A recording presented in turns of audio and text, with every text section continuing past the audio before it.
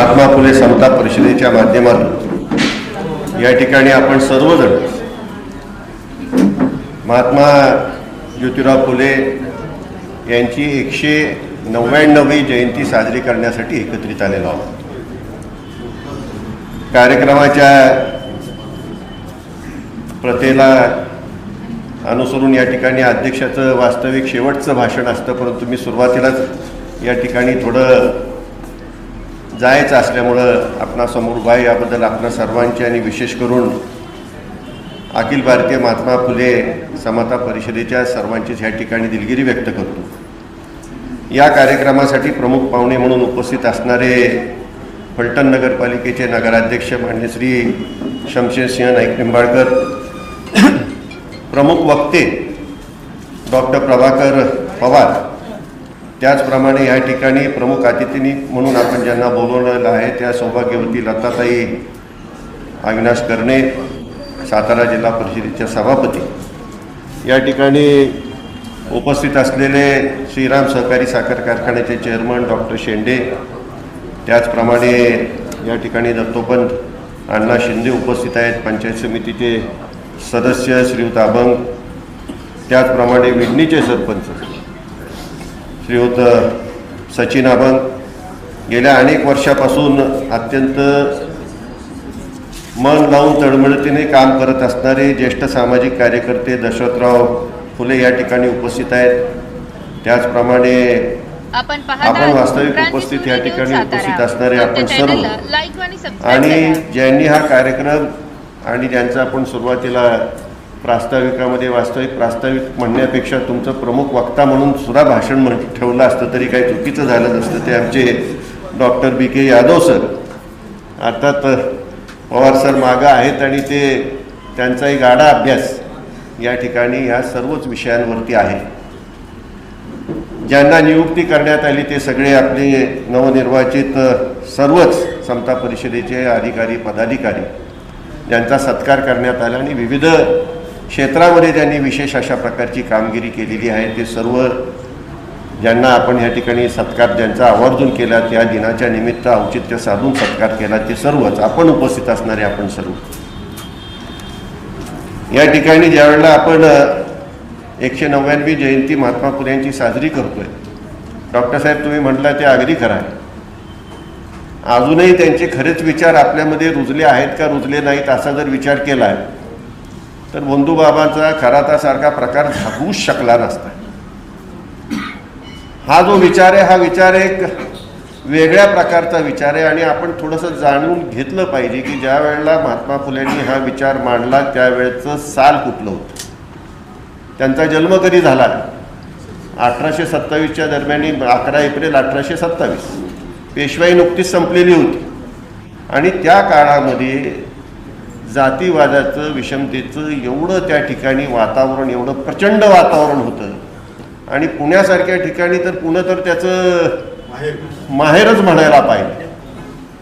पुणे अनेक ठिकाणचं माहेर आहे, शिक्षणाचं माहेर आहे, पण जातीवादाचं सुद्धा त्या ठिकाणी जर प्रमुख केंद्रबिंदू कुठला असेल तर ते पुणे शहर होतं. आणि तिथं अशा प्रकारचं काम करायचं त्या काळात स्त्रींच्या शिक्षणासाठी त्या काळात. आता काय, आता उठसूट सगळेच प्रयत्न करतायत की आता काय शासन पैसे देते, आता अडचणच राहिली नाही. तुम्ही शिकवताय किती, त्याच्यापेक्षा अनुदान किती मिळते ह्यावर आमचा भर असतो. पण त्यावेळेला काही नव्हतं, अनुदान नव्हतं. मुलींना शिकवायचं असलं तर शेड आणि दगडं खावी लागत होती, तो काळ होता.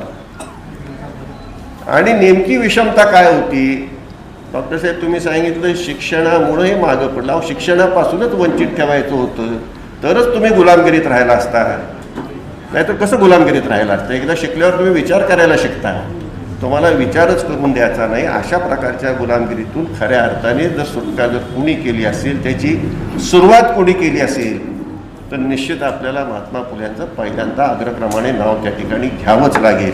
आद्य सुधारक त्या ठिकाणी जर कुणाचं नाव घ्यायचं असेल तर आपल्याला महात्मा फुल्यांचंच नाव घ्यावं. संपूर्ण देशामध्ये सर्वसामान्यांना त्या ठिकाणी शिक्षण देणं आणि विशेष करून सर्वसामान्य घरातील मुलींना शिक्षण देणं ही कल्पनाच त्यावेळेला होऊ शकत नव्हती. ती कल्पना प्रत्यक्षामध्ये आणणारे महात्मा फुले. शिक्षिका मिळत नव्हत्या म्हणून स्वतःच्या पत्नीला त्या ठिकाणी शिकून त्यांना शिक्षिका म्हणून निर्माण करणारे महात्मा फुले आणि आर्थिक गुलामगिरीतून, शैक्षणिक गुलामगिरीतून, सामाजिक गुलामगिरीतून त्या ठिकाणी बाहेर आणण्याला जर कोणी सुरुवात केली असेल तर ती महात्मा फुल्यांनी केली. आणि कृपा करून सर्वांनी समजून घेतलं पाहिजे, त्यांनी कुठल्या एका समाजासाठी काम केलं नाही, सर्व दलित पीडित समाजासाठी काम केलं, हे लक्षात ठेवण्याचे आहे. त्यांच्या डोळ्यासमोर काही कुठला एक समाज नव्हता, त्यांच्या डोळ्यासमोर शेतकरी वर्ग होता. शेतकरी वर्ग अत्यंत हलाखीत त्या परिस्थितीमध्ये होता. शेतकरी वर्गासाठी त्यांनी काम केलेलं आपल्याला दिसून येतं. जो हमाली करायचा, जो मजदुरी करायचा, त्यांच्याकरता काम केल्याचं आपल्याला दिसून येतं. महिला तर त्या ठिकाणी सवर्ण असतील किंवा नसतील, सर्वच महिला अडचणीत होत्या. सर्वच महिलांचं काय आयुष्य होतं, विधवांचं काय आयुष्य होतं. आणि ह्या सर्वाला आव्हान देणारा त्या ठिकाणी समाज सुधारक एक उभा राहतो. आणि त्या काळाचा जर विचार केला तर त्याला किती मोठं धाडस लागलं असेल याचा विचार. आज काय कोणी कुठलाही प्रश्न घेऊन उभा राहू शकतो, आज परिस्थिती वेगळी आहे. त्या काळात ते शक्य नव्हतं. आणि त्या काळामध्ये अशा प्रकारचं एवढं महान काम केलेले महात्मा फुले हे निश्चितपणे आपल्या सर्वांना अभिमान पाहिजेच की ते महाराष्ट्रातले होते. महाराष्ट्रातून ह्या सर्व पुरोगामी विचार हा सुरू झाला आणि तो देशभर पसरला. आज महिला ज्या दिसतात ते कुणामुळे दिसतात तर त्या ठिकाणी महात्मा फुल्यांचं आणि क्रांतिज्योती सावित्रीबाई फुल्यांचं नाव आपल्याला घ्यावंच लागतं, त्याशिवाय पर्याय नाही.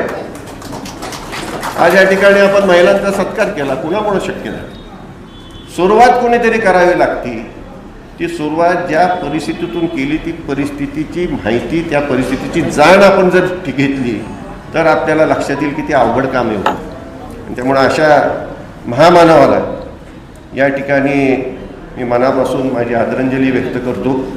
आपण डॉक्टर साहेब, तुम्ही आणि तुमच्या सहकार्याने अत्यंत चांगला हा कार्यक्रम या ठिकाणी घेतला आणि तुम्ही एक विचार बोलून दाखवला की महात्मा फुल्यांचे आणि अशा महामानवांचे विचार आपल्या सर्वदूर गेले पाहिजे. विज्ञानातून आपण पुढं गेलं पाहिजे, अज्ञानातून पुढं जाता कामा नाही, अंधश्रद्धेतून पुढं जाता कामा नाही, श्रद्धेतून त्या ठिकाणी डोळसपणे पुढं गेलं पाहिजे. आणि ही शिकवण जी आपल्याला महात्मा फुल्यांनी दिली, त्यांच्यानंतरच्या अनेक महामानवांनी दिली आणि त्यांच्या विचारांनी अनेक जण जे निर्माण झाले. आपण आज म्हणतो शाहू फुले आंबेडकरी विचार, पण त्यात विचार कोणी मांडला? महात्मा फुले सगळ्यात त्या ठिकाणी आद्य, त्यांच्यानंतरचे बाकीचे. हे विचार ज्यांनी मांडला ते विचार घेऊन जर आपण पुढे गेलो तर निश्चितपणे समाजामध्ये चांगली प्रगती झाल्याखेरीज राहणार नाही असा मला विश्वास आहे. या ठिकाणी गिरीश बनकरांचा उल्लेख केला, ते कुठल्या समाजात आहेत म्हणून त्यांना उमेदवारी दिलेली नाही, मी त्या ठिकाणी स्पष्ट करतो. एक चांगल्या विचाराचा आणि खऱ्या अर्थाने समतेचा विचार घेऊन महात्मा फुले आंबेडकर यांच्या विचाराचा पाईक असलेली ती व्यक्ती असं मी समजतो. आणि खऱ्या अर्थाने सर्वांना बरोबर घेऊन जाण्याचा त्यांचा प्रयत्न असतो. आणि त्यामुळे एक चांगलं नेतृत्व पुढं आणण्याच्या दृष्टीने आपण प्रयत्न केला, त्यापेक्षा अधिक काही नाही. तो कुठल्या समाजाचा आहे समाजाचा नाही, ह्यापेक्षा चांगलं नेतृत्व जर पुढं येत असेल तर त्याला आपण सर्वांनीच खतपाणी घालून ते त्या ठिकाणी पुढं आणलं पाहिजे आणि तरच खऱ्या अर्थाने मग. आपण पाहतात क्रांती सूर्य न्यूज सातारा. आमच्या चॅनलला लाईक आणि सबस्क्राईब करा.